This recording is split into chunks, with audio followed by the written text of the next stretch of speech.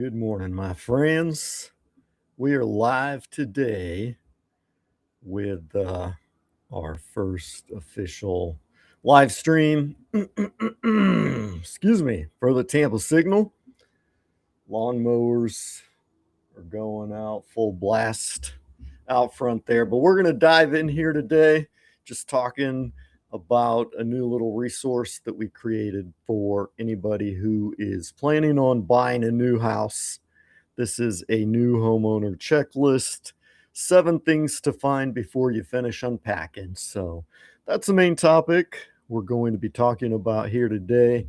I'll be sharing other resources that we've been creating here for y'all as well. And also, if you have any questions, don't hesitate to drop a comment in the chat. Excuse me.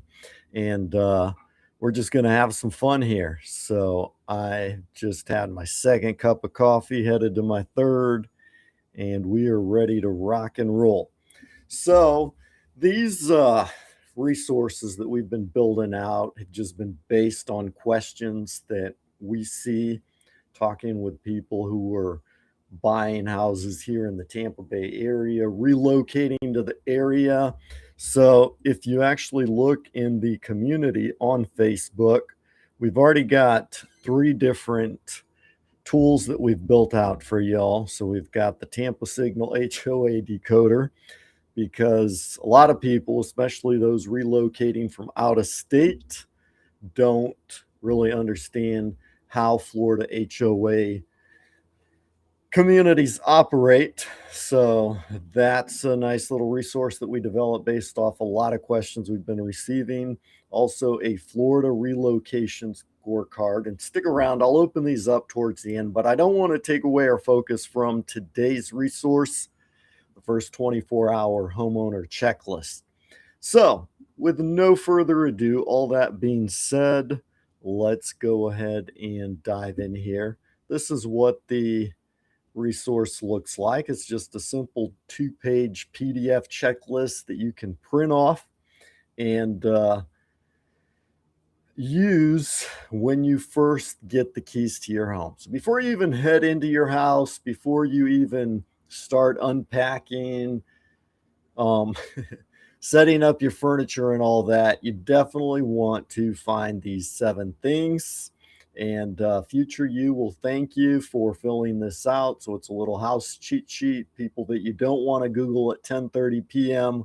when something breaks or goes wrong with a house. And got a little spot for you to make some notes, and even has a cool little QR resource for finding your flood zone and evacuation zone, because a lot of people moving to Florida don't realize that that is a thing. Flood zone and evacuation zone are 2 different things.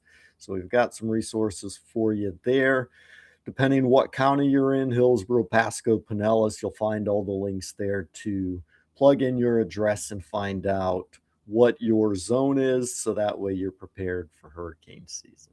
So anyways, let me just run through. Basically what I'm going to do right now is just run through the actual article that we posted here for you, just to help you understand what this is. Just a fun little resource, fun little tool. Even if you didn't just recently buy a new home, you can still use this. You can go back and do it on the home you're currently living in, or if you're planning on buying a home in the near future, you can go ahead and save this. Just download it and save it. You don't have to plug in your email. You can actually just download it straight from here. Just click this pink box and it'll open up in a new tab there for you. So basically, it's kind of like a little game. So what we recommend you do is just grab your phone, run through your house, take photos of these 7 things so you know where to find them, and make note of any future, um, not any future problems. If future problems pop up, you have the telephone numbers of who to call, right? Like your plumber, electrician, your AC guy, your roofer, handyman, insurance agent, pool service, lawn irrigation, have all that handy. So we're going to fill that out here quick. So, right, I'm just going to read through the article. Everybody tells you what to do before buying a house, right? You buy a house and everybody's like, here are the 10 steps to buying a house. You get pre-approved. You set up your search criteria. You go look at the houses. You make offers. You get it under contract. You do your inspection. After you get it inspected, and you're moving along, your appraisal's going to be done. The lender's going to be asking you for more documents. You finally get the clear to close. You're at the closing table. You're signing 150, 200 pages of documents, and you're all done. And you get your keys, and then boom, everybody disappears, right? They just kind of like hand you your keys, take some photos, pop the bottle of champagne, and then everybody takes off, and you're there in the living room of your house, most likely empty because you haven't started moving in yet. And you're like, what's next? So, this is the first 24 hours after moving into your house. This is just kind of a little checklist to help walk you through what to do. So, anyways, the worst time to learn where your main water shutoff is when water's already running across the floor, right? So something happens in your house, that's not the time you want to be running around looking for where the main water shutoff is at 3 o'clock in the morning if you wake up and there's water all over the floor. So before you get completely settled in your house, before you start moving in, grab your phone, print off this checklist, and spend a little time getting acquainted with your new house. So this checklist will help you get started. Just print off the checklist, grab your phone, run around, find these things. When you find it, take a picture, say it's located. You can write in the location. If there's any tools or keys required, you can write that in as well. This checklist is fillable, so you can just type in your answer on your computer or phone, or you can print it off and write it in with a pen. So super easy to use. But basically, the 7 things are, and we'll go through those in more detail, but you want to know where the main water shutoff is, where the electrical panel is, if it's in the garage, if it's behind a bedroom door, if it's hidden in a closet somewhere.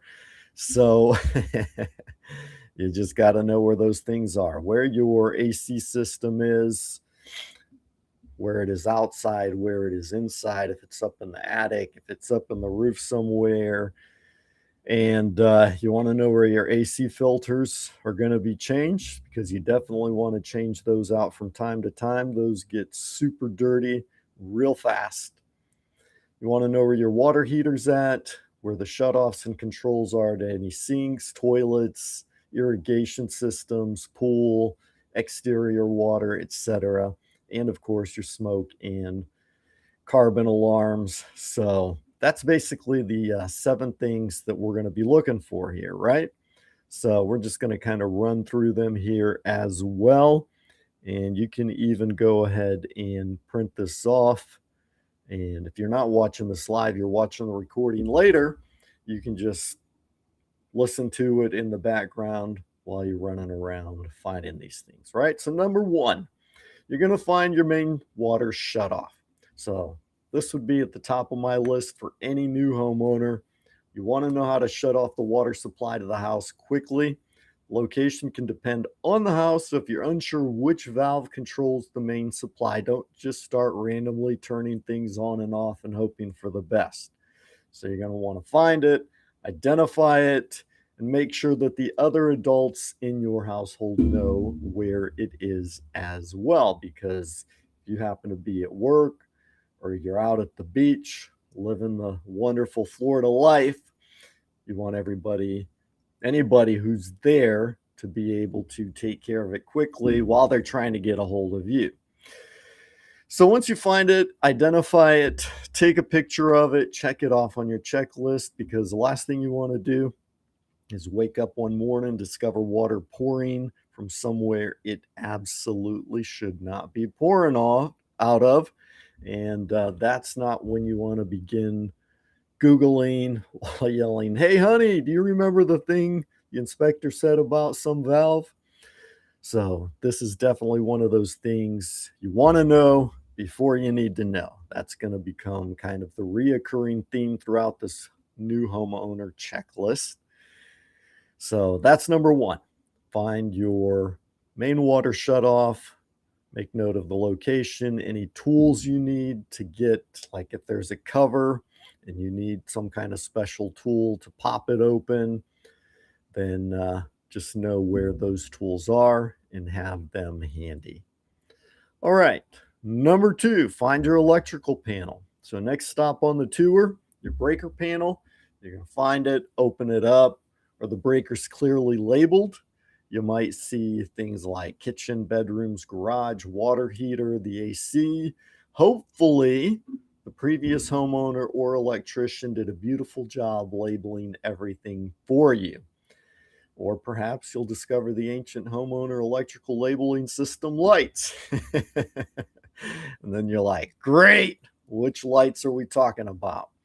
All the lights, the neighbor's lights, nobody knows what lights they are. But anyways, if your electrical panel isn't clearly labeled, you want to find out how to identify those circuits. That can become a homeowner project for another day. So the main thing you want to know is where the panel is and how to access it.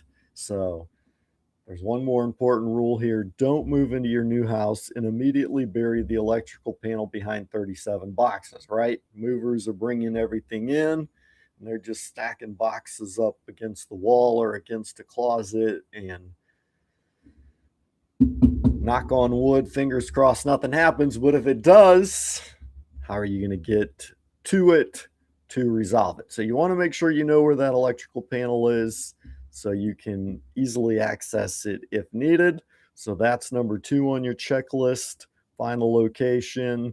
If the breakers are clearly labeled or aren't, you can mark that there so you can circle back around later if you need to. Number three is find your HVAC system, your HVAC system. So if you're buying a home in Tampa Bay or pretty much anywhere in Florida, your air conditioning system deserves an introduction, especially if you're moving from out of state, somewhere where you don't people aren't used to having ACs, or from Europe or other countries where I hear that it's pretty common for people to move here and they've never had an AC system because the weather's super nice wherever they live and they've never had to worry about it. Here in Florida, must have survival tool. You definitely need an AC system to keep your house cool. So, depending on the property, it may be located in a garage, closet, an attic, or another utility area. So, you don't need to become an HVAC technician. You just need to understand the equipment responsible for keeping your Florida house from becoming a walk-in sauna in August. Definitely. Your August, right now, this month, one of the hottest times of the year. Your AC's working like crazy to keep your house cool.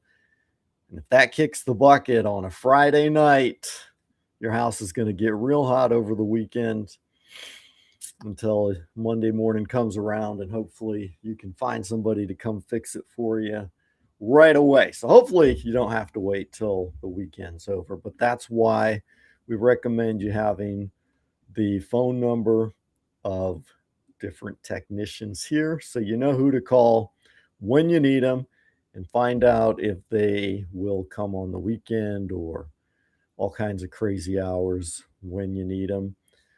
They get brownie points. Take good care of them, because most likely, if you're living in Florida and you have an AC system, someday you're going to need a HVAC technician's help there. So it's kind of like driving a car, right? You don't need to be the mechanic, but you kind of know what the basics of the car are. So when you take it to the mechanic, you can tell them what you think's going on, what happened, and why it's acting the way it is so they can quickly diagnose the problem and solve it for you. So anyways, take a look around the system. You want to know where the filter is. Where's the condensate drain? Is there anything stored around the equipment that shouldn't be there? Does anything look obviously unusual? Take a picture of the unit, any identifying information if it's accessible. You might not need that information today, and that's the point. We're collecting it here before you do need it. So that's why you've got this little checklist here so you can fill this all in, keep it on hand for when you do need it. Stick it on the fridge, stick it in a drawer or a folder somewhere where you know right where it's at if something happens. All right, number 4 on our checklist is the AC filter. Like I said, you definitely want to change that probably monthly. If your house builds up dirt really fast on the filter, just keep an eye on it, sometimes quarterly if the house is really new. But if you're buying an older house here in Florida or you're renting an older house, there's a lot of dust that's built up and accumulated that can get dirty really, really fast. Like within a month, you're looking at it like, holy cow, how is air even getting through this thing to keep the house cool? So running through this quick, this might be the easiest item on the entire new homeowner checklist. And that's something I'll probably do in here. I'll just grab some videos later of some different types of AC systems where the air filter is, just so you have an idea. If you're moving to Florida, you've never really seen one of these or never changed an air filter before, that'll give you an idea. So keep your eye on the post. I'll record some videos and drop those in here. Or you can just YouTube it if you need it before I get around to it. But anyways, you want to find your air filter, look up the dimensions that are printed on it so you know what to buy, have a stock of them on hand, take a picture of it, create a note on your phone, save the filter size there. And congratulations, you've just prevented future you from standing in the air filter aisle at the hardware store staring at approximately 900 nearly identical rectangles thinking, was it 16 by 20 by 1 or a 20 by 20 by 1? So when you're just eyeing them, they can look really similar, but that's why you want to make note of the dimensions of your air filter so you know what to buy. Preferably, just buy a box of them, leave them in the garage or in a closet somewhere. So whenever you see it's getting dirty, it needs to be changed, or you're just doing your monthly cleaning, grab one of those filters, pop out the old one, throw it away, and put in a new one. So again, you don't need to figure all of this out today. This is your first week as a homeowner. Just start with these 2 things, know where the filter is and know what filter you need. Plug them in right here on the checklist. You got a little spot to put in the size, take a photo of it, so you're good to go. All right, number 5, find your water heater. Next, find your water heater, probably about this round, might be about this high. I think mine's about chest high. Sometimes they're a little lower, about waist high. But as you're looking around your house, you see kind of a round barrel looking thing, probably like a medium gray. That's what you're looking at. So we're not going to take anything apart here. All right. We're just learning the house. First 24 hours in the house, you've got your keys, going around, getting to know your house. So find the water heater. If it's safely accessible, take a picture of the manufacturer and model information. Just snap a picture with your phone, save that somewhere. Sometimes it's in a closet, sometimes it's in the corner of the garage, sometimes it's stashed away in a really hidden part of the house. You might have to dig around for it. Sometimes you've got the section where you change out the AC filter we were just talking about, and the hot water heaters underneath that. So kind of hidden away. There might be boxes or other stuff in there that people have left behind. But once you locate it, make note of that location, take a picture of it, and document, the model, the manufacturer, all of that information, and have it handy for when you need it. So you're going to document the major equipment and appliances that came with the house, your HVAC equipment, your water heater, your refrigerator, your dishwasher, range, garage door opener, and any pool equipment if applicable. So all of that stuff. You don't have to create a giant homeowner database on your first afternoon, but taking a few photos now can make finding manuals, replacement parts, or service information considerably easier later. So that's what you've got here on your checklist, where it's at, the make and model, and any pictures you can grab of that, how many tons it is. And that way, when you're talking to a technician, you have that basic information handy to tell them what you've got, what you're looking to do if you ever get yourself into an emergency situation in the middle of August with no AC.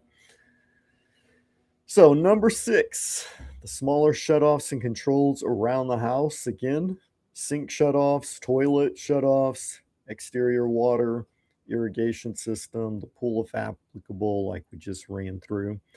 But knowing where the main water shutoff is can be incredibly useful, but it's not the only control worth finding. As you walk around the house, you want to start learning where those smaller shutoffs are as well. Sometimes they're underneath the sink, they're beside the toilet or behind it. Look outside around the sides of the house where your hose connections, you have an irrigation system, where are the controls for it. If you have a pool, where's the equipment and where are the switches, valves, or controls that you don't understand yet. So don't start experimenting with mysterious equipment, turning things off and on and clicking them. Just notice it, do a little research, take a picture with your phone, pop it in ChatGPT or your AI of choice, and just ask it like, hey, what is this thing?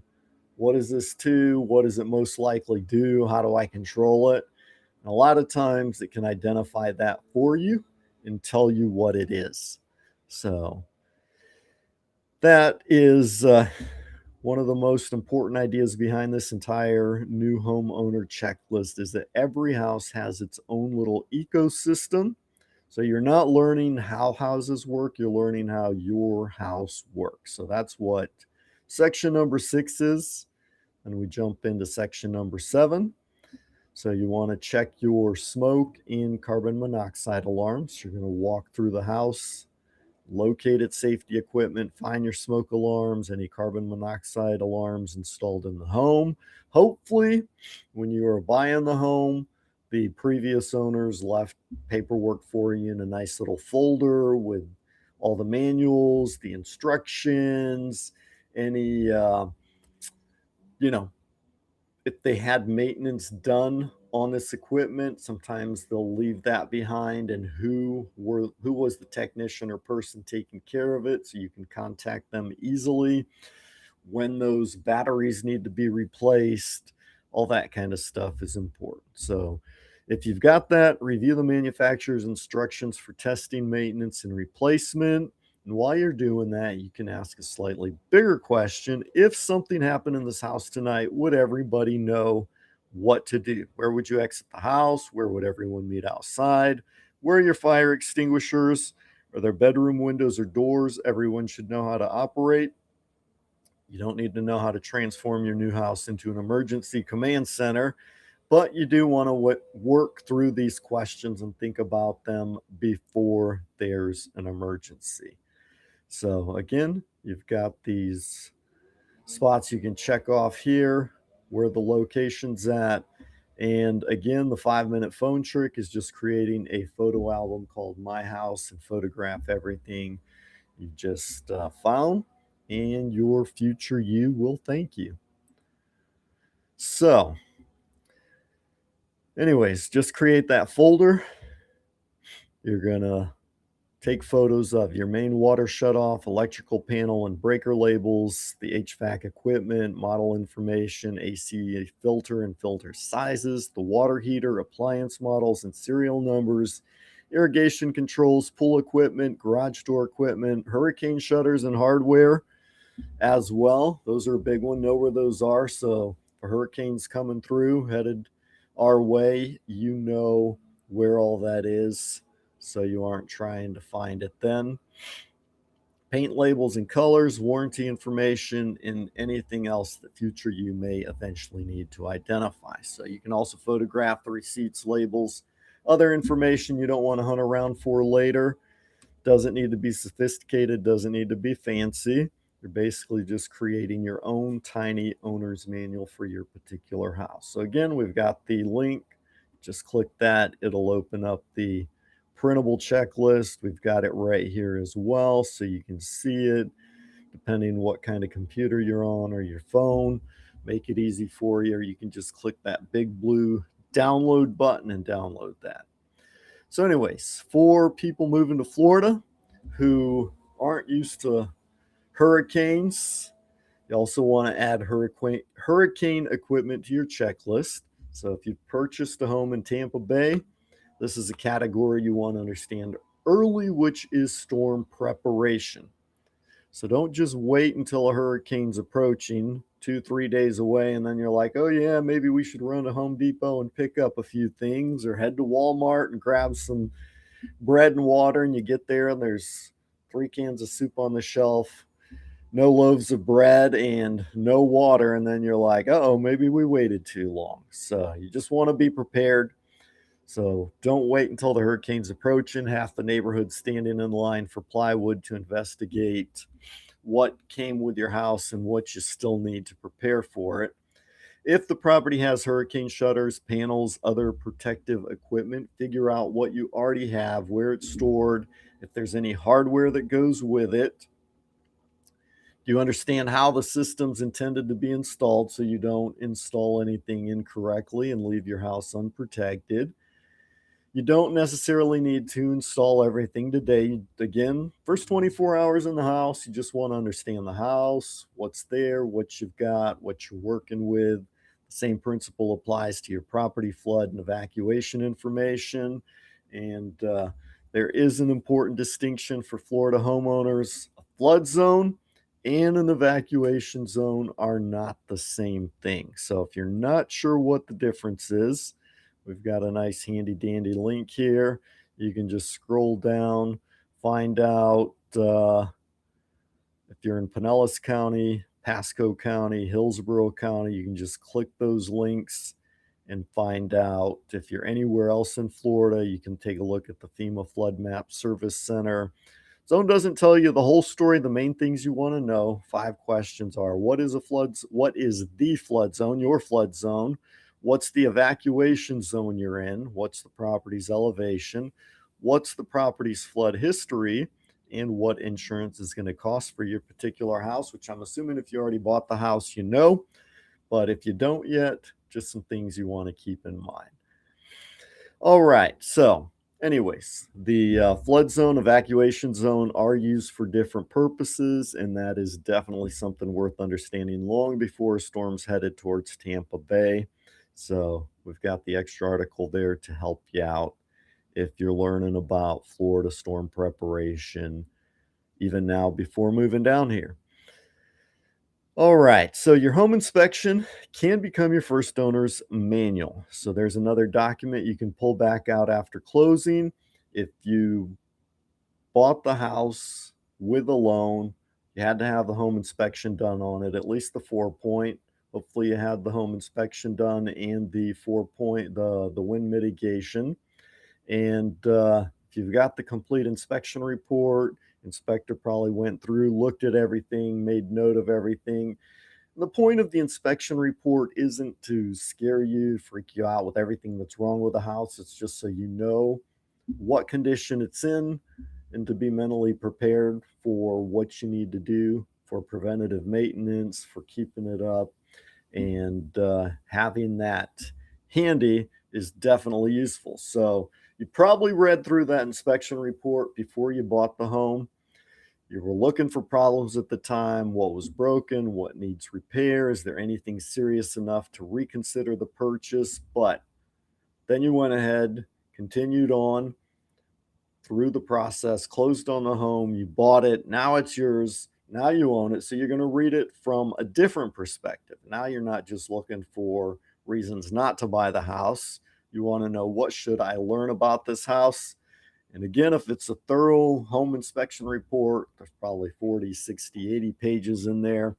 Probably got lots of photos where the inspector documented the components that you haven't thought about since the inspection. So that report can become the beginning of your home's maintenance roadmap. So instead of treating the inspection as a document whose usefulness ended at closing, keep it accessible. It's still very useful to you.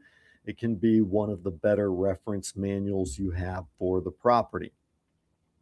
So again, it's your first 48 hours in the house. Before you even start moving in, you know where all this stuff is. The goal here isn't to fix everything, start doing all kinds of crazy stuff on the house, not to put unnecessary pressure on you, right? You grab the keys and all of a sudden you notice the wall could use a fresh coat of paint, the cabinet handles probably need to be replaced, the landscaping needs work, light fixtures need to be taken care of. Maybe the guest bathroom needs updating, and 3 hours into home ownership, you've mentally committed yourself to $37,000 worth of projects. So you don't have to fix it all right now, today, the first week in the home. You just want to get familiar with it, know where those important key components are, and then move in, spend some time living in the house, figure out which improvements actually matter to you, prioritize those as you learn how to use the space, learn where the sun hits in the afternoon, learn which rooms you're actually going to spend time in, learn which little annoyances disappear after 2 weeks and which ones drive you completely insane every day. And then there's a difference between something that needs immediate attention and something that's not that important, but you would like to change. So your first week in the house can be just about understanding the house rather than trying to reinvent it or rebuild your dream home ASAP. So the bigger lesson here with this checklist is just learn your house before something breaks. And again, first page is all just about documenting those 7 major systems. Then on the second page, you can fill in the rest of those details and take notes of anything your house taught you, and also write down the important phone numbers that you may need in the future. So let's continue on here. Bigger lesson is that you're learning your house before something breaks. So you want to buy a home, you want to understand a home. Those are 2 different things. The inspection can teach you a tremendous amount about the property's condition before you buy it. Your realtor, inspector, insurance agent, your lender, other professionals are going to help you navigate that transaction. But once closing day comes, you get the keys, something changes, and it's now yours. So one of the best things you can do during the first few weeks after moving in is simply become curious. Where does the water come in? Where does the electricity go? How does the AC drain? What's that switch nobody seems to know anything about? Why is there a random valve behind that bush out back? What does the unlabeled breaker control? Some of these answers will be important to you. Some won't matter at all. They'll be completely mundane, might not go to anything, might be to an old irrigation system that doesn't work anymore. But eventually you'll discover at least one thing that makes you stare silently for several seconds and say, what in the world did the previous owner do here? So congratulations, you're officially a homeowner. So we also threw in a few useful resources for new Florida homeowners. Again, helping you find your evacuation home, your flood maps if you're in Pinellas County, your FEMA flood map service for anywhere else in Florida. If you're in Pinellas County, you've got the emergency management, prepare for hurricane season, some resources there, and also the Florida Department of Revenue homestead exemption, something very important.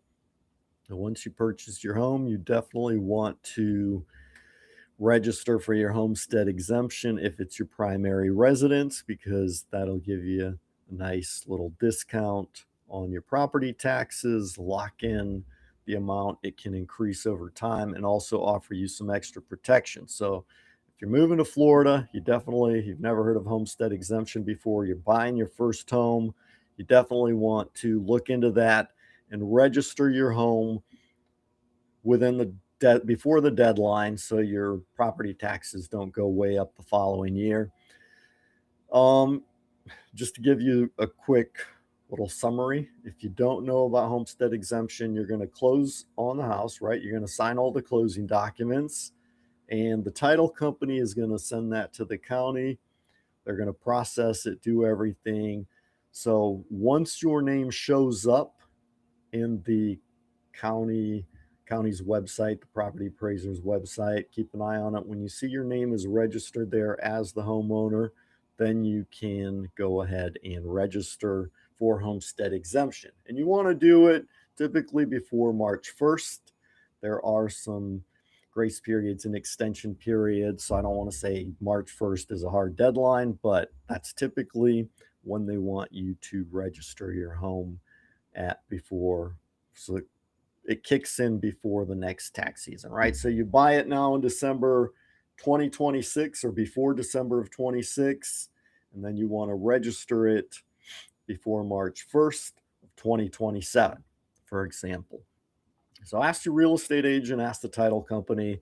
They'll walk you through the exact deadline you have. But again, you just have to wait about 2 weeks to 30 days before that all goes through the system and your name's in there, so that you can hop on the property appraiser site and get that registered.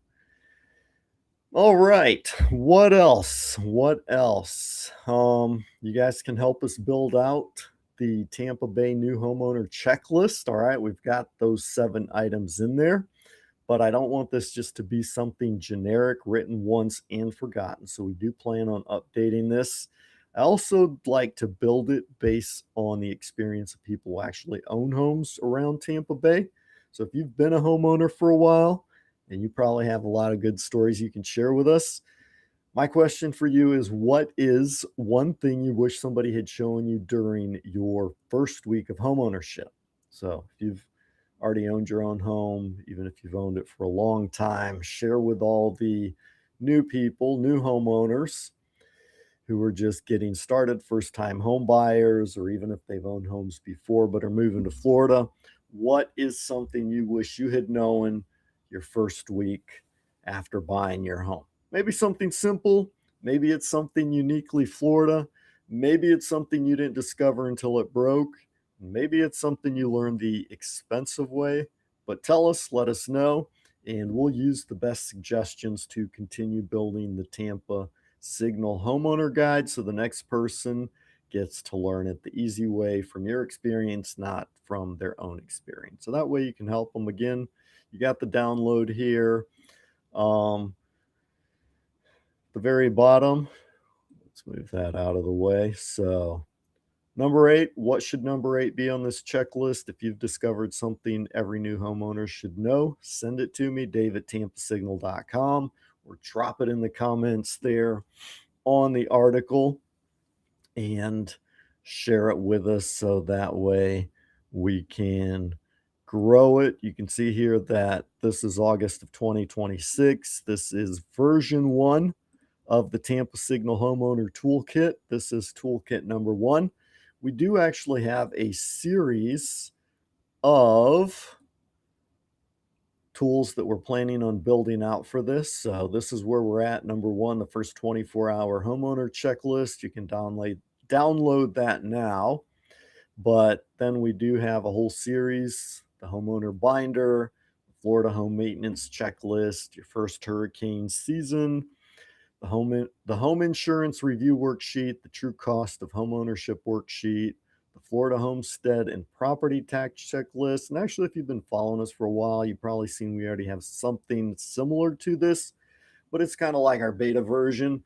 So once that's completely built out, we'll add it here. The Florida Homestead and Property Tax Checklist, the first year homeowner calendar, and we want to build that out with current Tampa Bay homeowners. So definitely let us know. You can send it to us via email. You can drop it in the comments below. Right down here, you've got a comment section. So we look forward to hearing from you. All right, my friends. If you're watching us for the very first time, never heard of us before, I'm David Bailey. I was born here in Florida. I currently live in Tarpon Springs, so we're just building out the Tampa Signal based off of questions that we get from homeowners. We're very active on Facebook as well. You've probably seen us in different communities and groups answering questions, just trying to be helpful because we know what it's like when you're trying to figure out where to move, where to live. You've probably seen us talking about our Tuesday test versus the Saturday test. You've probably seen us talking about the 15-minute radius test because number one question we get from people is, and we see online all the time, is I'm thinking about moving to Florida. What community should I move to? So typically everybody jumps in, oh, this location's great, that location's great, but it really depends on what you're looking for. So what do you want an ordinary Tuesday to look like for you? And what do you want your Saturdays to look like, right? Because you might choose to live close to the beach because you want to go to the beach. You love the beach, but when you move down here, you end up going to the beach once a year, and the location you pick is absolutely horrible to live on a Tuesday afternoon, and you hate it because the traffic is terrible and whatnot.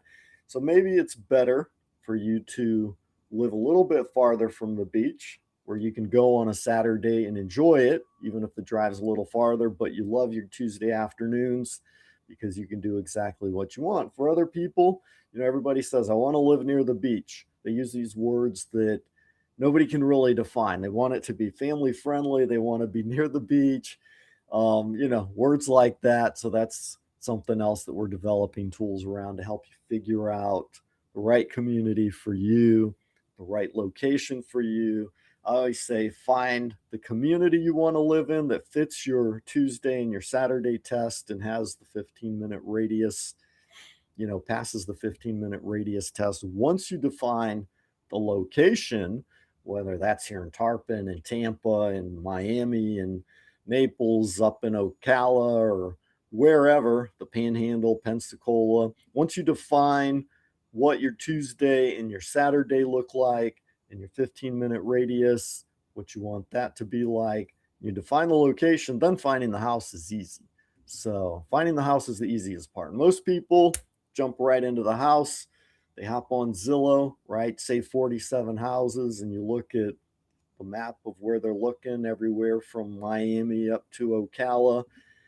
And then it's trying to figure out which house fits them. But the house comes after you define where you want to be and what you want your life to be like. So don't build your life around the house, build your life around the kind of life you want to live, the kind of life you want to enjoy on a Tuesday afternoon, the kind of life you want to enjoy on a Saturday morning, and then find the house in that location that fits you. Anyways, just my 2 cents. I'm ranting here on my soapbox. Hope you found this helpful. Nice hanging out here with y'all. Y'all have a great day, and I will see you whenever the signal hits next. I'm hoping to do these every day, but no guarantees. Just kind of figuring this out as we go and enjoying it. So this is actually my first live session here. Stay tuned. We'll be back for more, and I'll see you next time. Y'all have a great day.